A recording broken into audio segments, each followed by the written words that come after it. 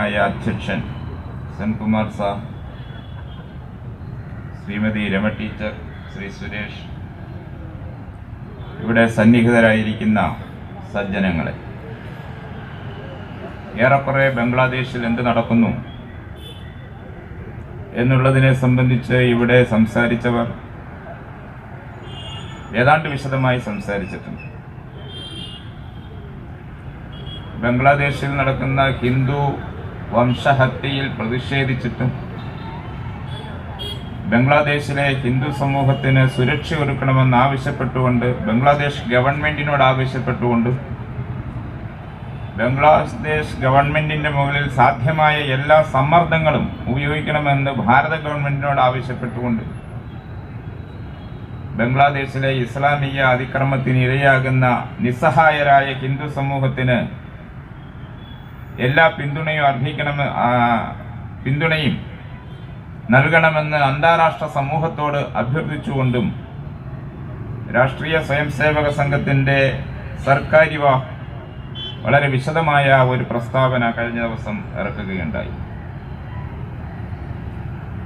കേവലം ബംഗ്ലാദേശിനെ ബാധിക്കുന്ന ഒരു പ്രശ്നം എന്ന നിലയിൽ മാത്രമല്ല നമ്മൾ ഇതിനെ വീക്ഷിക്കേണ്ടത്. 1947 ഇന്ത്യ വിഭജനം സംഭവിച്ചതിന് മുമ്പ് മുതൽ തന്നെ ഇന്ന് ബംഗ്ലാദേശിലും പാകിസ്ഥാനിലും അകപ്പെട്ട പ്രദേശങ്ങളിൽ, അതിനപ്പുറം എവിടെയെല്ലാം മുസ്ലിം ഭൂരിപക്ഷം ഉണ്ടായിരുന്നോ ആ പ്രദേശങ്ങളിലെല്ലാം അതിനിഷ്ഠൂരമായ രീതിയിലുള്ള ഹിന്ദു വംശഹത്യകൾ നടന്നിട്ടുണ്ട്. നമ്മുടെ മലബാറിലടക്കം. അതാണ് നമ്മൾ മാപ്പിളരേഖ എന്ന പേരിൽ അറിയപ്പെടുന്നത്. ഈ ലഹളകൾക്കെല്ലാം ഒരു പൊതു സ്വഭാവമുണ്ട്. ആ പൊതു സ്വഭാവം എന്ന് പറയുന്നത് ലഹളകൾക്കിലേക്ക് നയിച്ച വിഷയങ്ങൾ, ആ വിഷയങ്ങൾക്ക് ഹിന്ദുക്കളുമായി യാതൊരു ബന്ധവുമില്ലാത്ത വിഷയങ്ങളായി. ലഹളയിലേക്ക് മുസ്ലിം സമൂഹത്തെ നയിച്ച വിഷയങ്ങൾ ഒരു കാരണവശാലും ഹിന്ദു സമൂഹത്തോട് വെറുപ്പോ വിദ്വേഷമോ തോന്നേണ്ടതായ വിഷയങ്ങളായിരുന്നില്ല. ഹിന്ദു സമൂഹത്തിൽ നിന്നുണ്ടായ കാരണങ്ങളെ കൊണ്ടായിരുന്നില്ല ഈ ലഹളകളെല്ലാം ഉണ്ടായത്. ഏതെങ്കിലും വിഷയങ്ങളുടെ പേരിൽ മുസ്ലിം സമൂഹം അസ്വസ്ഥമാകുമ്പോൾ, അല്ലെങ്കിൽ ചില നിക്ഷിപ്ത താല്പര്യക്കാർ മുസ്ലിം സമൂഹത്തിന്റെ മതപരമായ വൈകാരികമായ വശത്തെ ഉത്തേജിപ്പിച്ച് അവരിൽ അസ്വസ്ഥത സൃഷ്ടിക്കുമ്പോൾ, ആ അസ്വസ്ഥത ഹിന്ദു സമൂഹത്തിനെതിരെ അതിക്രമങ്ങളായി പടർന്നൊഴുകിയ സംഭവങ്ങളാണ്. ഒരുപക്ഷെ 46 നടന്ന ഡയറക്റ്റ് ആക്ഷനിലും പാകിസ്ഥാൻ വിഭജനകാലത്ത് പാകിസ്ഥാനിൽ അകപ്പെട്ടു പോയതും അതിർത്തി പ്രദേശങ്ങളിൽ ഉണ്ടായതുമായ ഗ്രാമങ്ങളിൽ നടന്ന ഹിന്ദു വംശഹത്യ,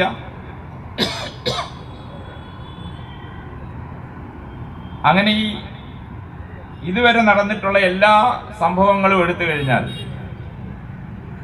ഹിന്ദുക്കൾ ഈ വിഷയത്തിൽ ഒരു ഘടകമേ ആയിരുന്നില്ല. പക്ഷെ ഇതെല്ലാം അവസാനിച്ചത് ഹിന്ദുക്കൾക്ക് നേരെയുള്ള അതിഭീകരമായ ആക്രമണത്തിലാണ്. നമുക്കറിയാം, സദ്ദാം ഹുസൈൻ, ഇറാനും ഇറാഖും തമ്മിൽ യുദ്ധം ഉണ്ടായാൽ നമ്മുടെ കേരളത്തിന്റെ തെരുവീഥികളിൽ, അതാണല്ലോ നമുക്ക് പരിചയം, കേരളത്തിന്റെ തെരുവീഥികളിൽ മുഴങ്ങുന്ന മുദ്രാവാക്യം ഇവിടുത്തെ ഹിന്ദുക്കൾക്കെതിരെയാണ്. ഹിന്ദുക്കൾ അവന്റെ വീടും സ്വത്തും അവന്റെ പെൺകുട്ടികളെയും അവന്റെ അഭിമാനവും ജീവനുമൊക്കെ സംരക്ഷിക്കാൻ ജാഗരൂകരാകേണ്ട സാഹചര്യമാണ് ഈ അന്താരാഷ്ട്ര തലത്തിൽ നടക്കുന്ന സംഭവങ്ങൾ. ഇസ്രായേൽ ഗാസയെ ആക്രമിച്ചാലും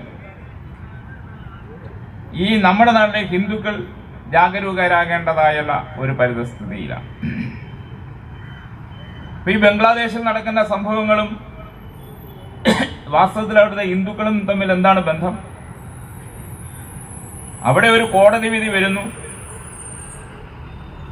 ആ കോടതി വിധി അവിടുത്തെ തൊഴിൽ കാര്യങ്ങളിൽ ഒരു 30% സംവരണം ബംഗ്ലാദേശ് വിമോചന യുദ്ധത്തിൽ പങ്കെടുത്തവരുടെ അവകാശികൾക്ക് വേണ്ടി നീക്കിവെക്കണം. ഇതാണ് കോടതി വിധി. ബംഗ്ലാദേശ് മതേതര രാജ്യം എന്നൊക്കെ അതിൻ്റെ ഒരു ബാനറേ ഉള്ളൂ. എല്ലാ കാലത്തും അത് മതരാജ്യമായിരുന്നു. ഇസ്ലാമിക ഭരണകർത്താക്കൾക്ക് മാത്രം ഭരണം കൈയാളാൻ കഴിയുന്ന ഒരു രാഷ്ട്രീയ സംവിധാനം നിലനിൽക്കുന്ന ഒരു രാജ്യമായിരുന്നു. ഇന്നും അങ്ങനെ തന്നെയാണ്. ഇപ്പൊ ആകെ ആ മതേതരത്വത്തിന്റെ മുഖംമൂടി ബാനർ എടുത്തു കളഞ്ഞു എന്നേ ഉള്ളൂ. അങ്ങനെയുള്ള രാജ്യത്ത് നിലനിൽക്കുന്ന ഒരു കോടതി, ആ കോടതിയുടെ ഒരു ഉത്തരവ്, ആ ഉത്തരവിന്റെ മറവിലാണ് അവിടെ കലാപം ആരംഭിച്ചത്. ഇതൊന്നും സമരമല്ല, പ്രക്ഷോഭമല്ല, കലാപമാണ്. ആ ഉത്തരവ് പിൻവലിക്കുകയും ചെയ്തു. അപ്പൊ കലാപം നിൽക്കണ്ടേ? അത് നിന്നില്ല. അത് അവിടുത്തെ നിസ്സഹായരായ അസംഘടിതരായ ഹിന്ദുക്കളുടെ നേരെ തിരിഞ്ഞു. അസംഘടിതരെന്ന് അവർ വിചാരിച്ച അങ്ങനെ ഒരു മാറ്റം പുതിയ കാലത്തിന്റെ ഒരു മാറ്റമാണ്. അപ്പോ ആ ആക്രമണത്തിനാണ് ബംഗ്ലാദേശിലെ ഹിന്ദു സമൂഹം ഇരയായിക്കൊണ്ടിരിക്കുന്നത്. നമ്മുടെ ഭാരതത്തിലും കേരളത്തിലും സമാനമായ അന്തരീക്ഷമാണ് നിലനിൽക്കുന്നത്. ഇപ്പോ CAA വിരുദ്ധ സമരം നമ്മുടെ രാജ്യത്ത് നടക്കുകയുണ്ടായി. ആ നിയമവും ഹിന്ദുക്കളുമായിട്ടൊരു ബന്ധമുള്ളതല്ല.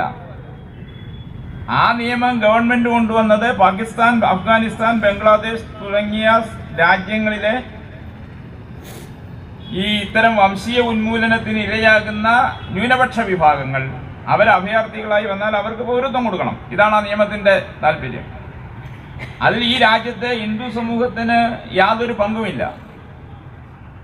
അതിവിടുത്തെ മുസ്ലിം സമൂഹത്തെ അല്പം പോലും ശല്യപ്പെടുത്തുന്ന ഒരു നിയമമല്ല.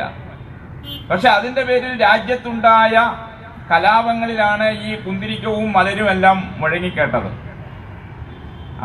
അതിനെതിരെ ഉണ്ടായ സമരങ്ങളിലെ മുദ്രാവാക്യങ്ങളാണ്. ആ സമരം ഡൽഹിയിൽ എങ്ങനെയാണ് കലാശിച്ചതെന്ന് നമുക്ക് അറിയാം. വളരെ വലിയ കലാപം ഹിന്ദു സമൂഹത്തിനെതിരെ നടത്തിക്കൊണ്ടാണ് ആ സമരം അവസാനിച്ചത്. അപ്പൊ ഇത് ഭാരതത്തിന്റെ എല്ലാ പ്രദേശങ്ങളിലും നടക്കുന്നുണ്ട്. അത് തന്നെയാണ് ബംഗ്ലാദേശിലും നടന്നുകൊണ്ടിരിക്കുന്നത്. അപ്പൊ ഹിന്ദു സമൂഹം ഒരു തരത്തിലും കാരണക്കാരല്ലാത്ത വിഷയത്തിൽ ഹിന്ദു സമൂഹം ആക്രമിക്കപ്പെടുന്നു, ഏകപക്ഷീയമായി ആക്രമിക്കപ്പെടുന്നു. ഈ പശ്ചാത്തലം നിലനിൽക്കുകയാണ്. ഈ പശ്ചാത്തലം നിലനിൽക്കുമ്പോൾ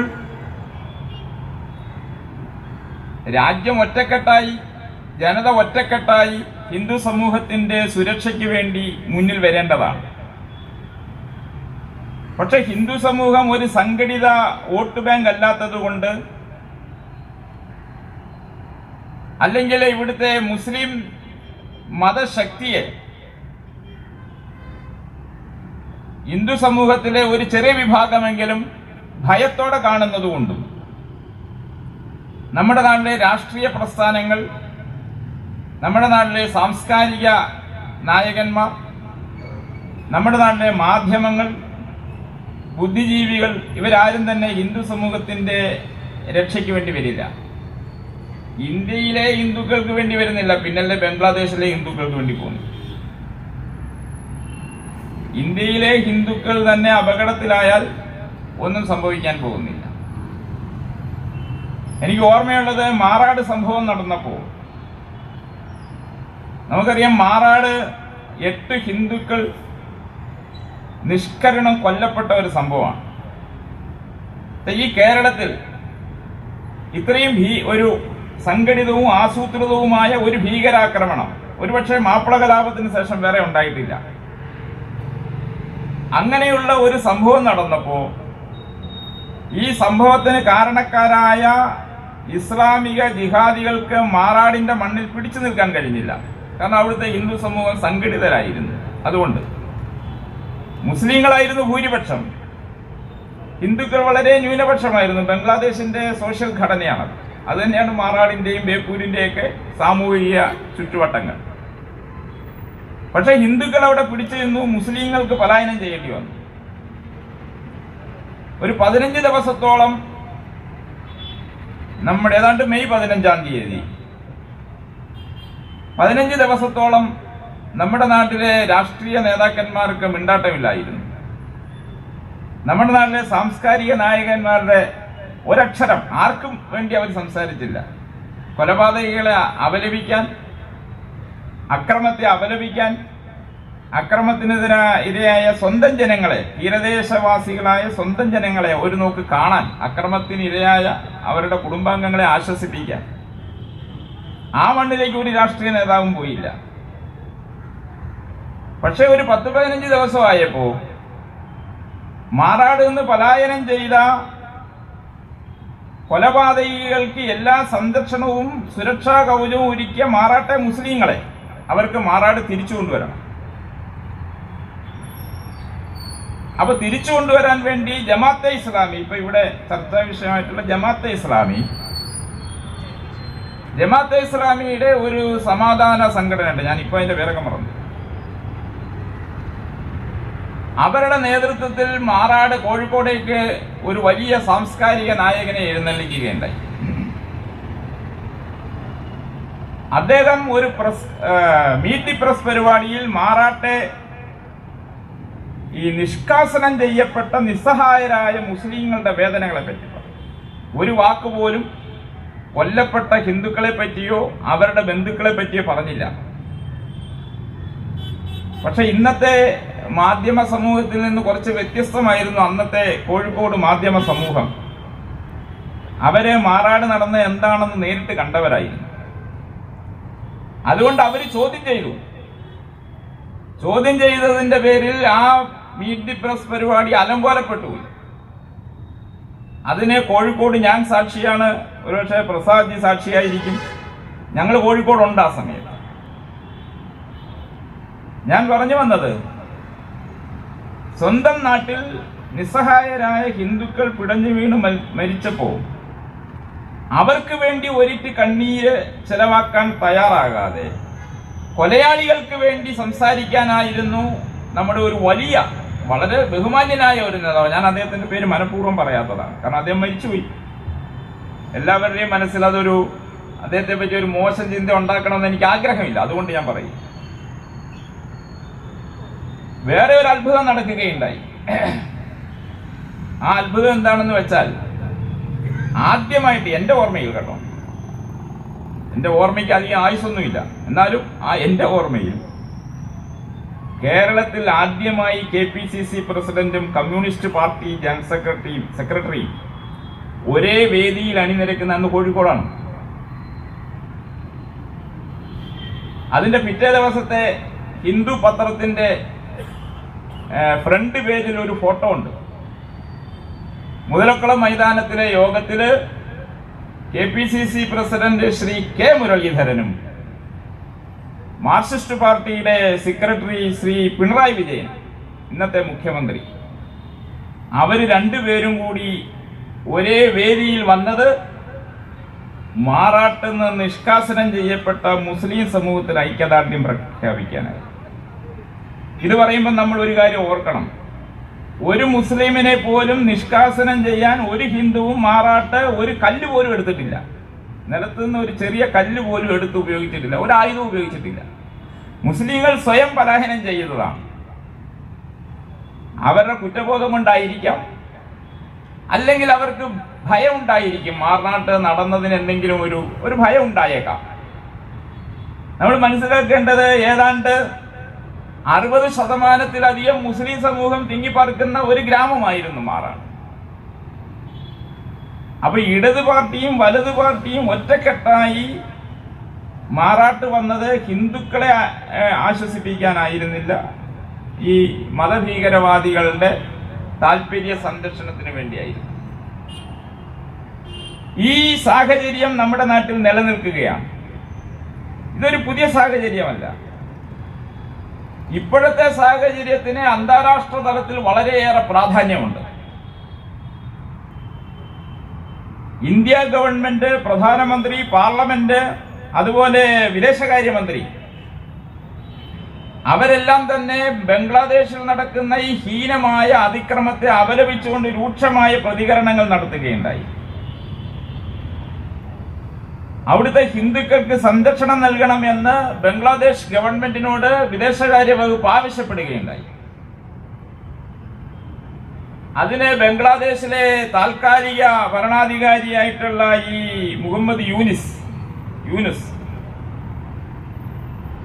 അദ്ദേഹം നൽകിയ മറുപടി ഇന്ത്യയിലെ മുസ്ലിങ്ങൾ പീഡിപ്പിക്കപ്പെടുന്നു എന്നുള്ളതാണ്. ബംഗ്ലാദേശിൽ ഹിന്ദുക്കൾ പീഡിപ്പിക്കപ്പെടുന്നതിനല്ല നിങ്ങൾ, ഇന്ത്യയിലെ മുസ്ലിങ്ങളെ നിങ്ങൾ പീഡിപ്പിക്കുന്നു എന്നായിരുന്നു അദ്ദേഹത്തിന്റെ മറുപടി. അത് ബംഗ്ലാദേശ് ഭരണാധികാരി എന്നുള്ള നിലയിൽ അദ്ദേഹം പറയാൻ നിർബന്ധിതനായിരിക്കാം. പക്ഷെ അതിന്റെ പിറ്റേ ദിവസം നമ്മുടെ ഭാരതത്തിൽ ഒരു കാലത്ത് ഇന്ത്യൻ ബ്യൂറോക്രസിയുടെ തലപ്പത്ത് സർവ്വ സുഖ സൗകര്യങ്ങളോടും വിരാജിച്ചിരുന്ന 17 പ്രമുഖന്മാരെന്ന് സ്വയം കരുതുന്ന ആളുകൾ, 17 പേർ, ചെറിയ ആൾക്കാരൊന്നും ആയിരുന്നില്ല. ആസൂത്രണ കമ്മീഷന്റെ സെക്രട്ടറി ഉണ്ടത്, നമ്മുടെ കരസേനയുടെ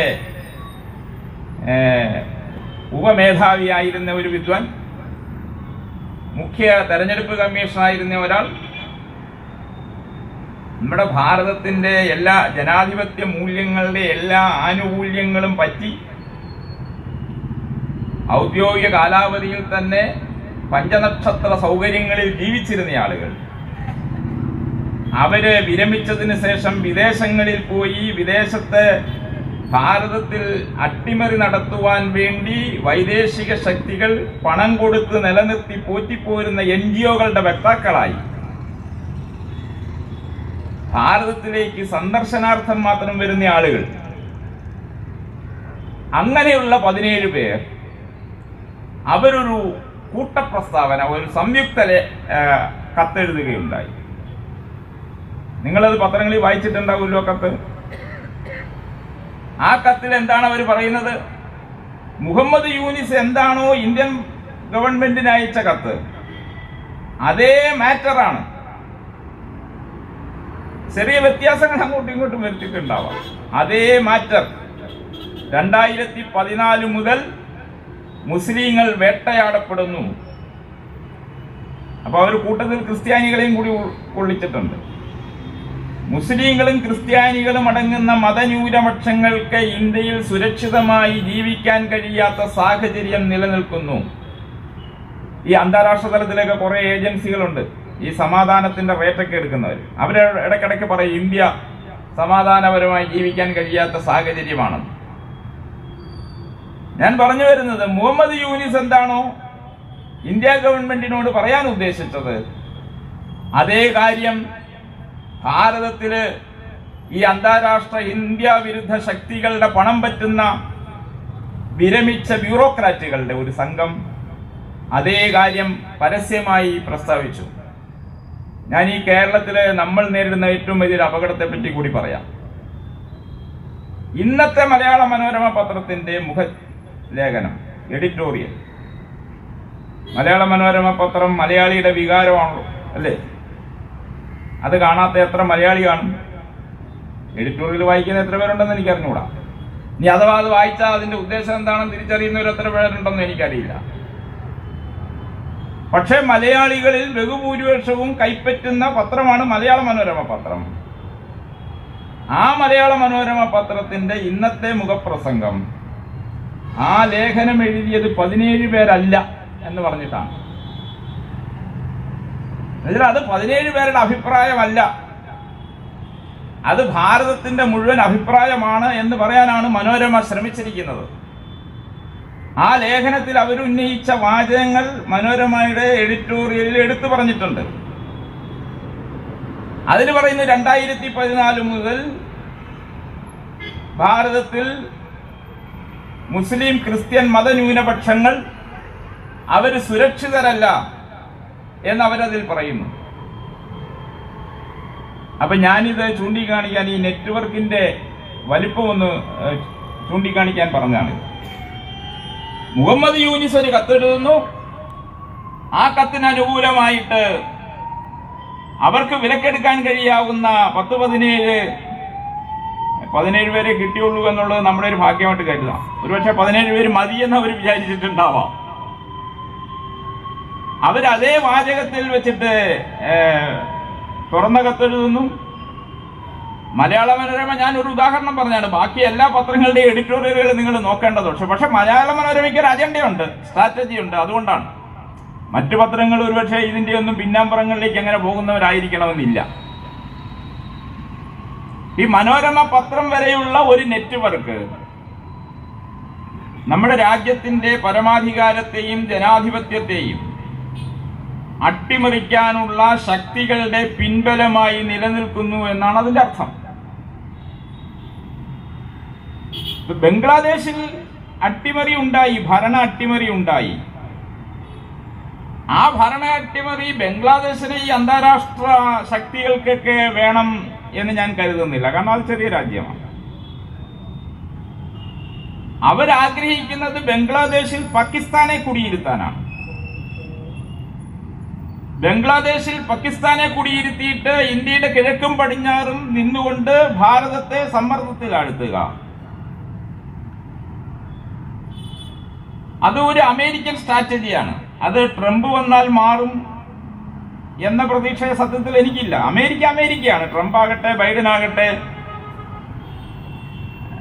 ആരെങ്കിലും ആയിക്കോട്ടെ, അമേരിക്ക എല്ലാ കാലത്തും അമേരിക്കയാണ്. നിങ്ങളൊരു കാര്യം ആലോചിച്ച് നോക്കൂ. നമ്മുടെ ഇന്ത്യ മഹാരാജ്യത്ത് ഈ കലാപങ്ങൾ ഉണ്ടാക്കുന്ന ഭീകരവാദികൾ, ഈവൻ ഗാസയില് ഹമാസ്, അവരെല്ലാം ഉപയോഗിക്കുന്ന ആയുധങ്ങൾ അമേരിക്കൻ ആയുധ കമ്പനികളുടേതാണ്. അമേരിക്കയുടെ സാമ്പത്തിക ശക്തികളാണ് ഇവരെല്ലാം. ഒരു വശത്ത് അവർക്ക് ആയുധം കൊടുക്കുക, മറുവശത്ത് അതിനെതിരായിട്ടുള്ള ശക്തികൾക്ക് ആയുധം കൊടുക്കുക. രണ്ടുപേർക്കും ആയുധം കൊടുത്തുകൊണ്ട് സ്വന്തം സമ്പത്ത് ശക്തിപ്പെടുത്തുന്ന ഒരു രാഷ്ട്രമാണ് അമേരിക്ക. അമേരിക്ക എല്ലാ കാലത്തും ഭീകരവാദികളെ ഇല്ലായ്മ ചെയ്യുമെന്ന് നമ്മൾ കരുതാൻ പാടില്ല. അമേരിക്ക അങ്ങനെ ഒരു രാജ്യമല്ല, അതിന്റെ ചരിത്രമേ അതല്ല. ട്രംപ് വന്നാൽ ചിലപ്പോൾ ചെറിയ മാറ്റങ്ങൾ, ചെറിയ നിയന്ത്രണങ്ങളൊക്കെ ഉണ്ടായേക്കാം. ട്രംപിന് ഒരു പരിമിതിയുണ്ട്. എന്താണ് അദ്ദേഹം എന്ന് എനിക്ക് നല്ല തിട്ടവുമില്ല. പക്ഷെ അത് വേറെ കാര്യം. അമേരിക്കൻ സാമ്രാജ്യത്വമാണ് ബംഗ്ലാദേശിൽ ഇടപെട്ട് ഇപ്പോഴത്തെ ഈ അട്ടിമറി സൃഷ്ടിച്ചിരിക്കുന്നത് എന്നത് വളരെ വ്യക്തമാണ്. അതങ്ങനെയാണെങ്കിൽ ബംഗ്ലാദേശിൽ നടക്കുന്ന ഹിന്ദു ഉന്മൂലനത്തിന്റെ ഒന്നാമത്തെ പ്രതി അമേരിക്ക തന്നെയാണ്. കാരണം അമേരിക്കയിലെ സാമ്പത്തിക സംവിധാനത്തെ അഴിമതി കാണിച്ചതിന്റെ പേരിൽ അന്വേഷണം നേരിടുന്ന ആൾ കൂടിയാണ് ഈ മുഹമ്മദ് യൂനിസ് എന്ന് പറയുന്നയാൾ. അതെന്തോ ആയിക്കോട്ടെ. ബംഗ്ലാദേശിൽ ഒരു വശത്ത് അമേരിക്കയും മറുവശത്ത് ചൈനയും. അമേരിക്കയുടെയും ചൈനയുടെയും താല്പര്യങ്ങൾ വ്യത്യസ്തമാണ്. അമേരിക്കയും ചൈനയും ബംഗ്ലാദേശിൽ ഇടപെടുന്നു. ബംഗ്ലാദേശിനെ ഒരു ദുർബല ഭരണ സംവിധാനമായി നിലനിർത്തിക്കൊണ്ട്, പാകിസ്ഥാനെ ഉപയോഗിച്ചുകൊണ്ട്, ഭാരതത്തെ ഇന്ന് നടന്നുകൊണ്ടിരിക്കുന്ന ഇന്ത്യ വിരുദ്ധ കലാപങ്ങളെ ഉപയോഗിച്ചുകൊണ്ട് ഭാരതത്തിൽ ഒരു അട്ടിമറി നടത്താൻ സാധിക്കുമോ എന്നുള്ള പരീക്ഷണമാണ് അവർ നടന്നിരിക്കുന്നത്. 2 ദിവസം കൊണ്ട് മറ്റേ ട്രാക്ടറുമായിട്ട് മറ്റേ വിദ്വാൻമാർ പുറപ്പെട്ടിട്ടുണ്ടെന്നാണ് ഇന്നലെ എവിടെയോ കിട്ടിയത്. ഇതൊന്നും നമ്മൾ കൂട്ടി വായിക്കാതിരുന്നുകൂടാ. നമ്മുടെ ഭാരതത്തിൽ ഇത്തരം പരീക്ഷണങ്ങൾ കഴിഞ്ഞ കുറച്ച് വർഷങ്ങളായി നിരന്തരം നടത്തി ഇന്ത്യൻ ജനതയുടെ ഇച്ഛാശക്തി കൊണ്ട് പരാജയപ്പെട്ടു പോയ ആളുകളാണവർ. അവരത് അവസാനിപ്പിച്ചിട്ടില്ല.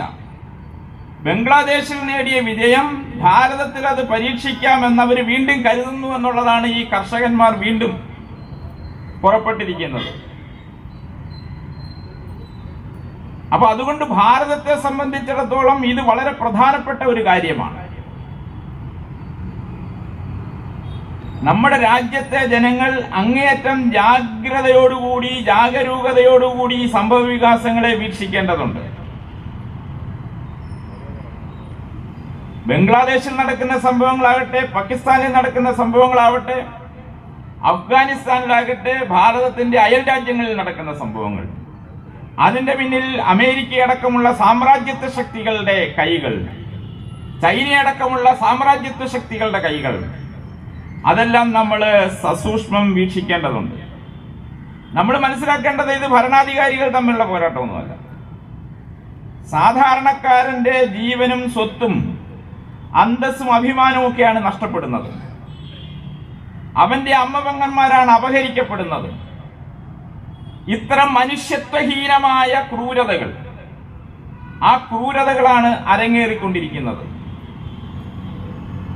ഇത് ഭരണാധികാരികൾ തമ്മിലുള്ളതല്ല, ഇത് ജനതകൾ തമ്മിലുള്ള പോരാട്ടമായി മാറിയിരിക്കുകയാണ്. ബംഗ്ലാദേശിലെ ഹിന്ദു സമൂഹത്തിന്റെ ഈ ദുരിതം അത് പുതിയതൊന്നുമല്ല. 1990-ൽ ഇതുപോലെ അതിഭീഷണമായ കലാപം ഹിന്ദുക്കൾ നേരിടുകയുണ്ടായി. നമുക്ക് 1921-20കളിൽ മാപ്പിള കലാപം ഉണ്ടായില്ലേ? 90കളിൽ ബംഗ്ലാദേശിൽ വലിയ കലാപം നടക്കുകയുണ്ടായി. 1946-ൽ ബ്രിട്ടീഷ് ഇന്ത്യയുടെ കാലത്ത് ഢാക്കയിലും കൽക്കട്ടയിലുമെല്ലാം വലിയ കലാപങ്ങൾ ഉണ്ടായി. ബംഗ്ലാദേശിൽ മാത്രമല്ല, പാകിസ്ഥാന്റെ പടിഞ്ഞാറൻ ഭാഗങ്ങളിൽ വലിയ കലാപം ഉണ്ടായി. അവിടെയെല്ലാം ഹിന്ദുക്കൾ അതിഭീകരമായ യാതനകൾക്കിരയായി. ഇന്ന് ബംഗ്ലാദേശ് ഒരു ചർച്ചാ വിഷയമായതുകൊണ്ടാണ്. ഈ കലാപങ്ങളൊന്നും ചർച്ചാ വിഷയമായില്ല, പക്ഷെ ഇന്ന് ബംഗ്ലാദേശ് ഒരു ചർച്ചാ വിഷയമായി. ബംഗ്ലാദേശ് ശ്രദ്ധിക്കപ്പെടേണ്ട ഒന്നാണ് എന്ന്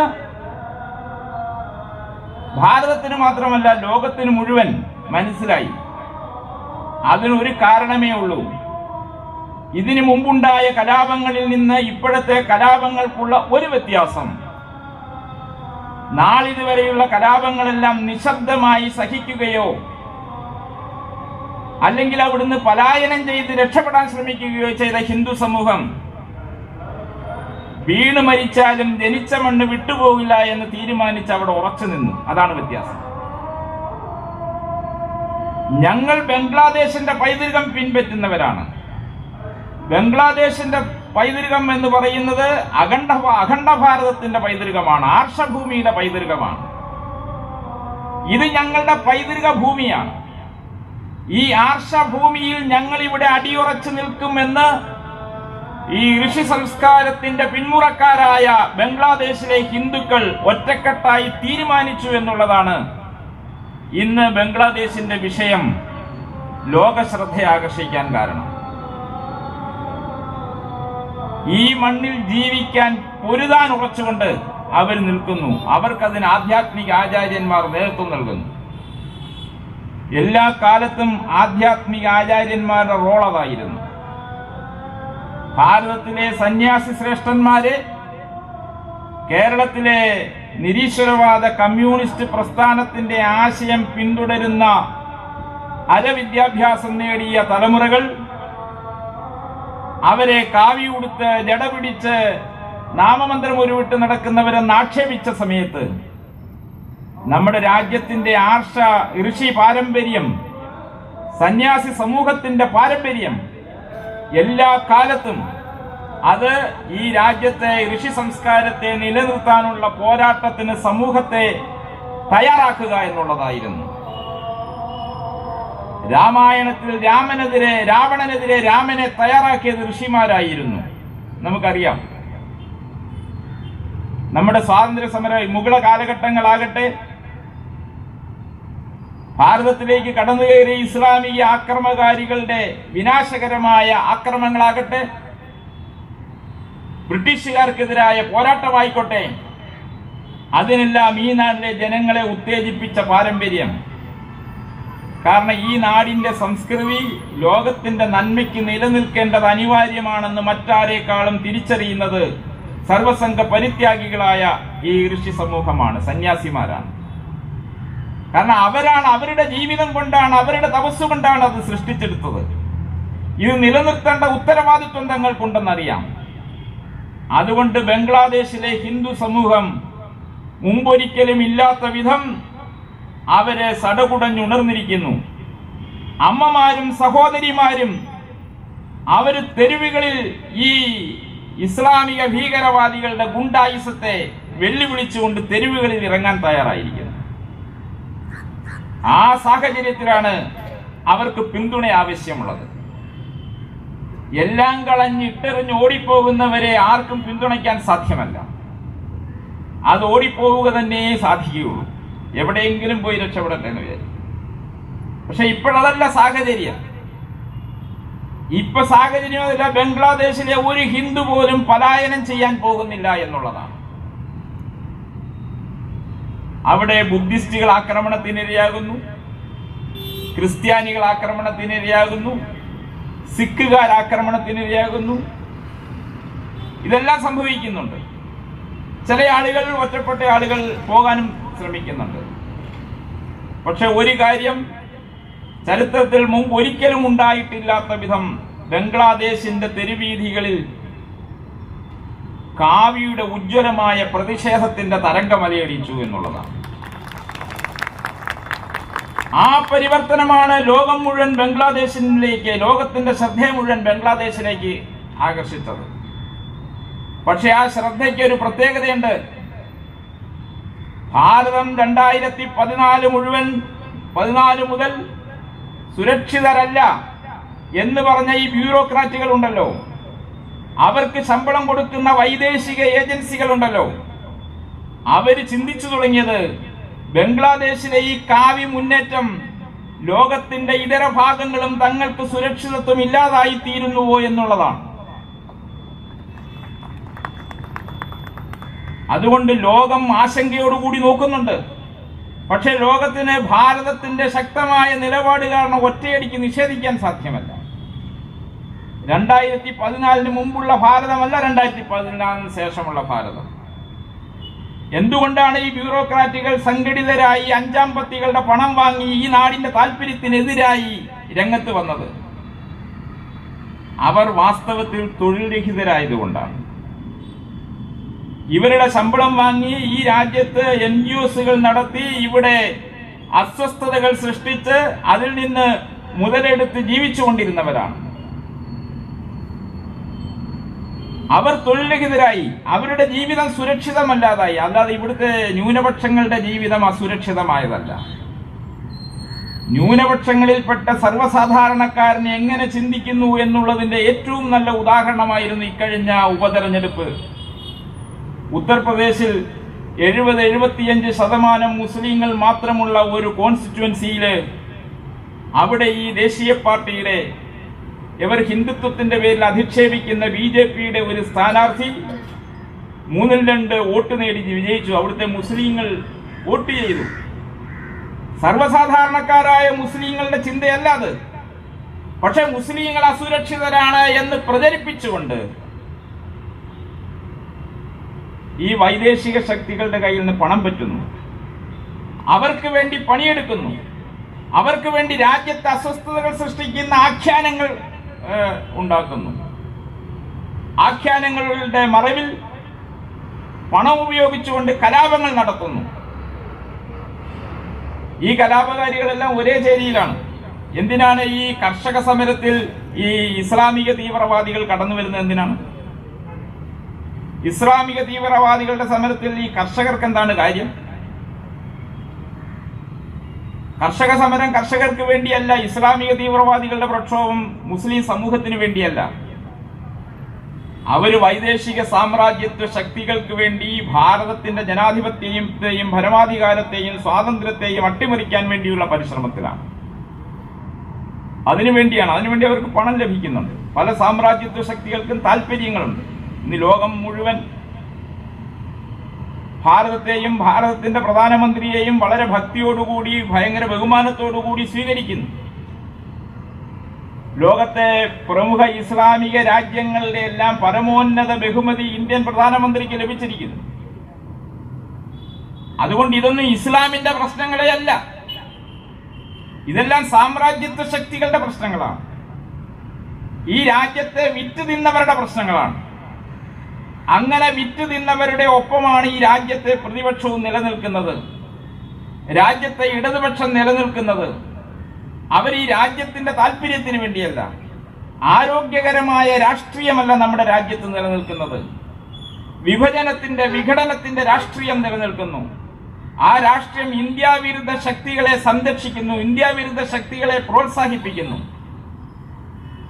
അങ്ങനെ ഇന്ത്യ വിരുദ്ധ ശക്തികളെ പ്രോത്സാഹിപ്പിച്ചുകൊണ്ട് രാജ്യത്തെ ദുർബലപ്പെടുത്താൻ വേണ്ടി ശ്രമിക്കുകയാണ്. അങ്ങനെ ശ്രമിക്കുന്ന ഒരു രാഷ്ട്രീയം നിലനിൽക്കുകയാണ്. ഈ കഴിഞ്ഞ ദിവസമാണ് നമ്മുടെ ഒരു സാംസ്കാരിക രംഗത്തൊക്കെ വലിയ ഇടപെടലുകൾ നടത്തുന്ന അഡ്വക്കേറ്റ് ജയശങ്കറിന്റെ ഒരു പ്രസംഗം.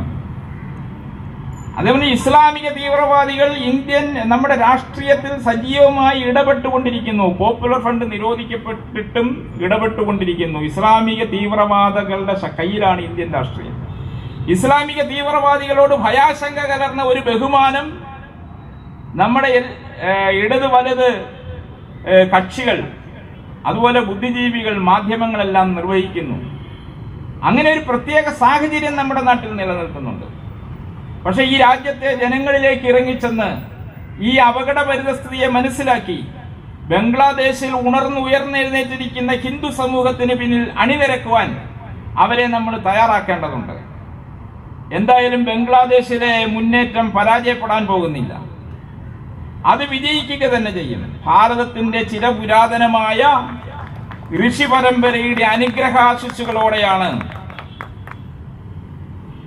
അത് നടക്കുന്നത് എന്നുള്ളത് കൊണ്ടാണ്. രാമരാവണ യുദ്ധത്തിൽ രാവണനായിരുന്നു കരുത്തൻ, രാവണനായിരുന്നു സൈന്യം ഉണ്ടായിരുന്നത്, രാവണന്റെ കയ്യിലായിരുന്നു അത്യന്താധുനിക ആയുധങ്ങൾ ഉണ്ടായിരുന്നത്. രാമന് സൈന്യം ഉണ്ടായിരുന്നില്ല.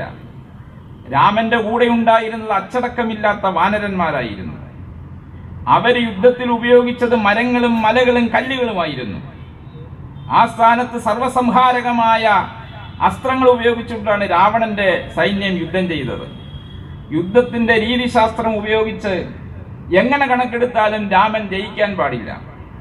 പക്ഷേ രാവണൻ നിഗ്രഹിക്കപ്പെടുകയും രാമൻ ജയിക്കുകയും ചെയ്തു. അതിന്റെ കാരണം എന്തായിരുന്നു? അതിന്റെ കാരണം രാമരാവണ യുദ്ധത്തിനു മുമ്പ് 13 വർഷം കാട്ടിൽ അലഞ്ഞു തിരിഞ്ഞ രാമന് കാട്ടിൽ ഈ ധർമ്മം നിലനിർത്താൻ വേണ്ടി തപസ് ചെയ്യുന്ന ഋഷിമാർ ആയുധസജ്ജരാക്കി എന്ന് മാത്രമല്ല അതിവിശിഷ്ടമായ മന്ത്രങ്ങളാൽ രാമനെ ശക്തിപ്പെടുത്തി. അങ്ങനെ ഋഷിമുനിമാരുടെ തപസ്സിന്റെ മുഴുവൻ ശക്തിയും ആവാഹിച്ച രാമൻ, അങ്ങനെ ഋഷിമുനിമാരുടെ ഉപദേശങ്ങളാൽ എല്ലാ നിഗൂഢ ആയുധങ്ങളുടെയും വിദ്യകൾ വശമാക്കിയ രാമൻ, ആ രാമൻ രാമരാവണ യുദ്ധത്തിന്റെ നടുക്ക് തളർന്നു എന്ന് തോന്നിയപ്പോൾ ആ തേർത്തട്ടിൽ പ്രത്യക്ഷപ്പെട്ട് രാമനെ ഉത്തേജിപ്പിച്ച അഗസ്ത്യന്റെ ഉദാഹരണമാണ് രാമായണം നമ്മോട് പറയുന്നത്. അതുകൊണ്ട് ഞാൻ പറയുന്നു, ഋഷിമുനിമാർ, സന്യാസിമാർ ആശീർവദിച്ച് നേതൃത്വം നൽകുന്ന ബംഗ്ലാദേശിലെ പോരാട്ടം അഖണ്ഡ ഭാരതത്തെ സാക്ഷാത്കരിക്കാനുള്ള പോരാട്ടമാണ്. ആ പോരാട്ടമാണ് ബംഗ്ലാദേശിൽ നടക്കുന്നത്. ആ പോരാട്ടത്തിന്റെ പിന്നിൽ ഇന്ത്യ ഒന്നാകെ അണിനിരക്കേണ്ടതുണ്ട്, ലോകം മുഴുവൻ അണിനിരക്കേണ്ടതുണ്ട്. ലോകത്തെ കൊണ്ട് നമ്മളത് ചെയ്യിക്കുമെന്നാണ് നമ്മൾ തീരുമാനിക്കേണ്ടത് എന്ന് മാത്രം പറഞ്ഞുകൊണ്ട് നിർത്തുന്നു. നമസ്കാരം.